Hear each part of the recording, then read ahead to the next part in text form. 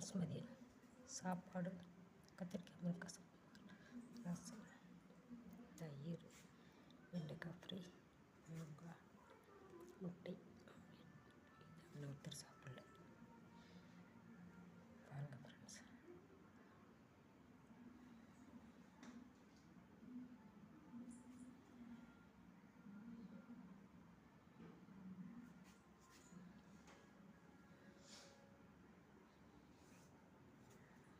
மாங்காய் தாளித்து வச்சுருக்கோம் பாருங்க.